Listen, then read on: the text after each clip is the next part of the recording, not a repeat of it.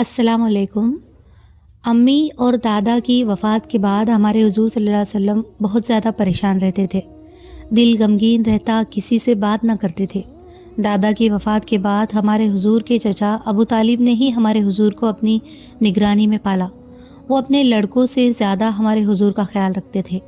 ایک بار مکہ میں بارش نہیں ہو رہی تھی تو حضرت ابو طالب ہمارے حضور کو لے کر کعبہ کے پاس پہنچے اور حضور کی کمر کعبہ سے لگا کر اللہ سے دعا کی تو اچانک آسمان پر بادل چھانے لگے اور پھر اتنی تیز بارش ہوئی کہ مکہ کی گلیوں میں پانی بہنے لگا۔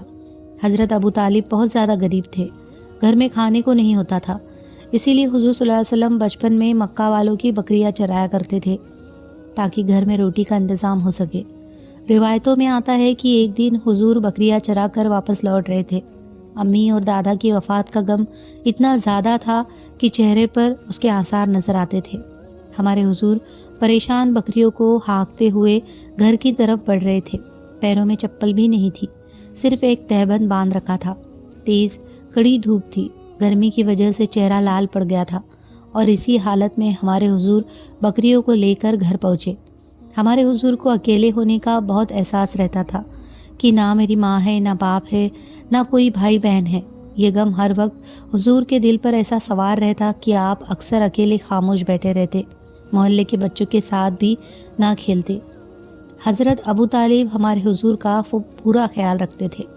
جب بھی کھانا کھانے بیٹھتے تو حضور کو اپنے ساتھ بٹھاتے۔ جب ہمارے حضور کی عمر 12 سال ہوئی تو ایک دن ابو طالب نے شام شہر کی طرف تجارت کے لیے جانا چاہا تو ہمارے حضور کو بلا کر کہا کہ اے میرے بیٹے، میں کچھ مہینوں کے لیے شام شہر کاروبار کے لیے جانا چاہتا ہوں، اسی لیے تم اپنا خیال رکھنا۔ حضور فرمانے لگے کہ اے میرے چچا، آپ کو تو پتہ ہے نا کہ یہ مکہ میں میرا آپ کے علاوہ کوئی بھی نہیں ہے، میں اکیلا ہوں، آپ کے بغیر کیسے رہوں گا، اسی لیے آپ مجھے بھی اپنے ساتھ لے چلیے۔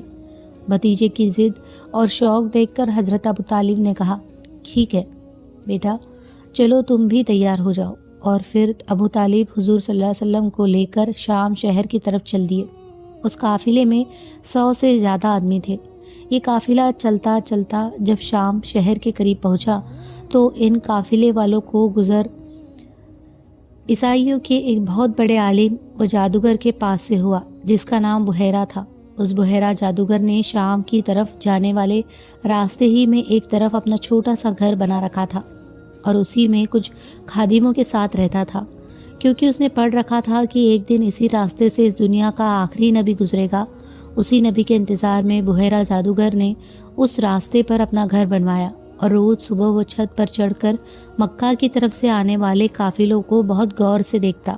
جس دن حضرت ابو طالب اس قافلے کے ساتھ ہمارے حضور کو لے کر بحیرہ جادوگر کے گھر کے پاس سے گزرے تو اس جادوگر نے دور ہی سے اس قافلے کو دیکھ کر پہچان لیا کہ یہ وہی قافلہ ہے جس میں آخری نبی ہوگا، کیونکہ اس نے دیکھا کہ راستے کا ہر پیڑ و پتھر اس قافلے والوں کو سجدہ کر رہا ہے، اسی لیے وہ سمجھ گیا کہ ضرور اسی قافلے میں وہ نبی ہے۔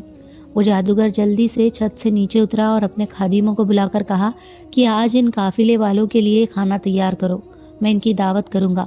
اتنی دیر میں وہ قافلہ آ پہنچا جس میں ہمارے حضور اپنے چچا ابو طالب کے ساتھ تھے۔ یہ قافلہ اس بحیرہ جادوگر کے گھر کے پاس ہی ایک بڑے پیڑ کے نیچے آ کر بیٹھ گیا۔ بحیرہ جادوگر اپنے گھر سے نکلا اور اس قافلے والوں کو آ کر بہت غور سے دیکھنے لگا۔ پھر اچانک اس کی نظر ہمارے حضور صلی اللہ علیہ وسلم پر پڑی۔ ہمارے حضور اس وقت اپنے چچا ابو طالب کے پاس خاموش بیٹھے تھے۔ آپ کو دیکھتے ہی بحیرہ جادوگر پہچان گیا اور پھر اس نے قافلے والوں سے کہا کہ آج دوپہر کو تم سب کی میرے گھر دعوت ہے۔ یہ سن کر قافلے والوں کو بہت حیرانی ہوئی کہ ہم تو اکثر اس راہ سے گزرتے ہیں، اس جادوگر نے آج تک ہم سے کبھی بات تک نہیں کی، تو آج اسے کیا ہو گیا ہے کہ یہ ہم سب کی دعوت کر رہا ہے؟ تو قافلے والوں میں سے ایک آدمی نے پوچھا کہ اے جادوگر، آج تک تو آپ نے کبھی ہماری دعوت نہیں کی، تو پھر آج کیوں ہماری دعوت کر رہے ہیں؟ تو اس جادوگر نے بات کو ٹالتے ہوئے کہا کہ تم ہمارے مہمان ہو اور مہمان کی عزت کرنا ہمارا مذہب ہے، اسی لیے ہم نے تم سب کی دعوت کی ہے۔ اس جادوگر نے کسی کو کچھ بھی نہ بتایا۔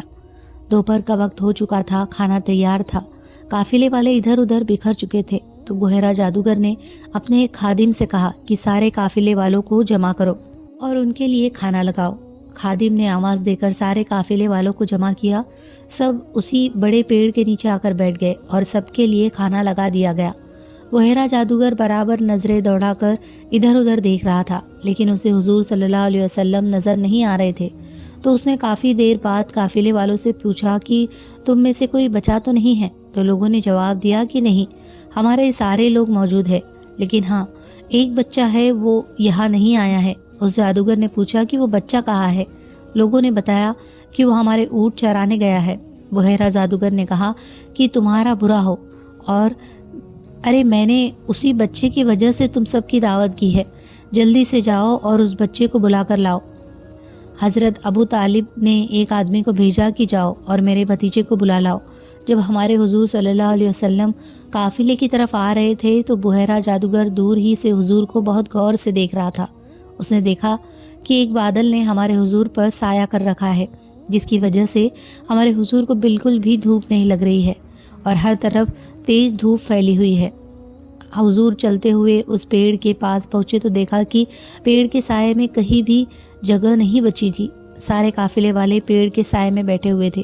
جب حضور صلی اللہ علیہ وسلم کو سائے میں کہیں بھی جگہ نہ ملی تو ہمارے حضور دھوپ ہی میں بیٹھ گئے۔ جیسے ہی ہمارے حضور دھوپ میں بیٹھے کہ تبھی اچانک پیڑ کی کچھ ٹہنیاں خود بخود بڑھنے لگی اور ان کا سایہ دھیرے دھیرے حضور صلی اللہ علیہ وسلم کی طرف آنے لگا۔ یہ سب دیکھ کر بحیرہ جادوگر بہت حیران ہوا اور پوچھنے لگا کہ اس بچے کا مالک کون ہے؟ حضرت ابو طالب نے کہا کہ میں ہوں۔ بحیرہ جادوگر نے پوچھا کہ تم اس کے کون ہو؟ حضرت ابو طالب نے جواب دیا کہ میں اس کا باپ ہوں۔ جادوگر نے کہا کہ تم جھوٹ بول رہے ہو، میرا علم کہتا ہے اس بچے کا باپ مر چکا ہے۔ یہ سن کر ابو طالب نے کہا کہ تم سچ کہہ رہے ہو، میں اس کا چچا ہوں، اس کے باپ کی وفات اس کی پیدائش سے پہلے ہی ہو گئی تھی۔ پھر بحیرہ جادوگر نے حضور صلی اللہ علیہ وسلم کو اپنے پاس بلایا اور آپ کی پیٹھ سے کپڑا ہٹا کر دیکھا تو مہر نبوت چمک رہی تھی۔ یہ دیکھ بحیرہ جادوگر کی زبان سے ایک آہ نکلی اور اس نے حضور صلی اللہ علیہ وسلم کا ہاتھ پکڑتے ہوئے کہا کہ اے لوگو، تمہیں پتہ بھی ہے کہ یہ بچہ کون ہے؟ میں نے اپنی ساری زندگی اسی بچے کے انتظار میں گزار دی، کیونکہ میں نے پڑھ رکھا تھا کہ ایک دن یہ بچہ اسی راستے سے گزرے گا۔ اے لوگو، یہ بچہ آنے والی نسلوں کا نبی ہے، اس کے پاس آسمان سے فرشتے آئیں گے اور اسے آگے چل کر نبی بنایا جائے گا۔ یہ سن کر قافلے والے بہت حیران ہوئے اور پوچھنے لگے کہ اے جادوگر، تمہیں کیسے معلوم ہوا یہ بچہ ہمارے ہی قافلے میں ہے؟ بحیرہ جادوگر نے کہا کہ جس وقت تم آ رہے تھے تو میں نے دیکھا کہ راستے کا ہر پیڑ و پتھر اس بچے کو سجدہ کر رہے ہیں۔ یہ دیکھ میں سمجھ گیا کہ ضرور اسی قافلے میں وہ نبی ہے جس کا میں برسوں سے انتظار کر رہا ہوں۔